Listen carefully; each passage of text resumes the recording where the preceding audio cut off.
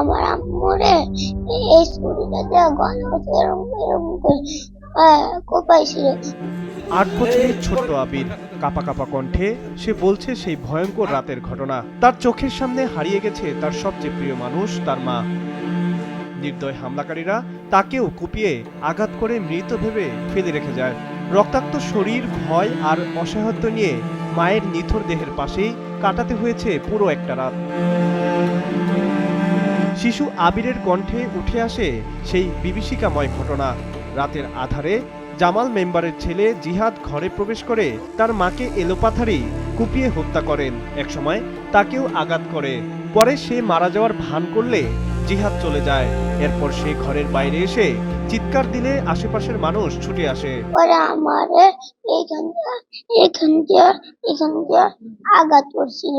তারপরে আমার হাতের শিরা ধইরা দেখছে আমি মরছি কিনা, মনে করছে আমি মরছি। পরে অটোতে সবকিছু বাই করে তারপর গেছে গা।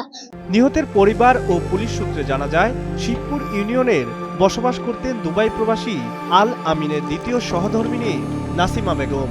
শুক্রবার রাতে খাবার শেষে ছেলে আবিরকে নিয়ে ঘুমিয়ে পড়েন তিনি। গভীর রাতে দুর্বৃত্তরা ঘরের ওয়াশরুমের ভেন্টিলেটর দিয়ে ভেতরে প্রবেশ করে। এরপর নাসিমা ও তার ছেলেকে ধারালো অস্ত্র দিয়ে এলোপাতাড়ি কুপিয়ে জখম করে। এক পর্যায়ে নাসিমার মৃত্যু নিশ্চিত করে ঘটনাস্থল ত্যাগ করেন তারা। ফজরের পরেই ওনার ছেলে আমার বাসার যায় হলো জানলা, দাদা জানলা খোলেন, খুলে দেয় যে ওর নাক মুখে রক্ত। তোমার আবির অবস্থাকে কি হয়েছে? আমারে আমার মারেও খুবই মারে লাইছে, আমারও কুবাইছে। কে কুবাইছে?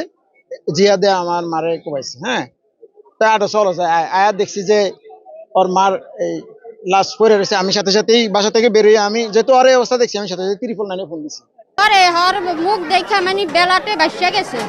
তারা আমি ওরে কোলে কইরা তাড়াতাড়ি দাঁড়াইছি সবাই আগে। আর পরে দেখি যে কাকি মানে শুয়ে আছে। শোয়া অবস্থা ঘর দুয়ার তারা মারলেন না। পরে আমি হেরে কম্বল দিয়ে ডাকছি, ডাইকে হের চাচা শ্বশুর টশুর আছিল, এদিকে হ্যাগরে ডাকতে গেছি। ভোলার অতিরিক্ত পুলিশ সুপার জানায়, আহত শিশুর দেওয়া তথ্যের ভিত্তিতে এ ঘটনায় সন্দেহভাজন হিসেবে স্থানীয় মৃত জামাল মেম্বারের ছেলে মোহাম্মদ জাহিদকে আটক করা হয়েছে। ঘটনাটি গুরুত্বের সঙ্গে তদন্ত করা হচ্ছে বলে জানায় স্থানীয় প্রশাসন। যে ভিকটিম মারা গেছে তার 8 বছরের এক ছেলে আবির, সেও ছুরিকাঘাত হয়। আমরা তাৎক্ষণিকভাবে তাকে উদ্ধার করে হসপিটালে দ্রুত পাঠানো হয় উন্নত চিকিৎসার জন্য।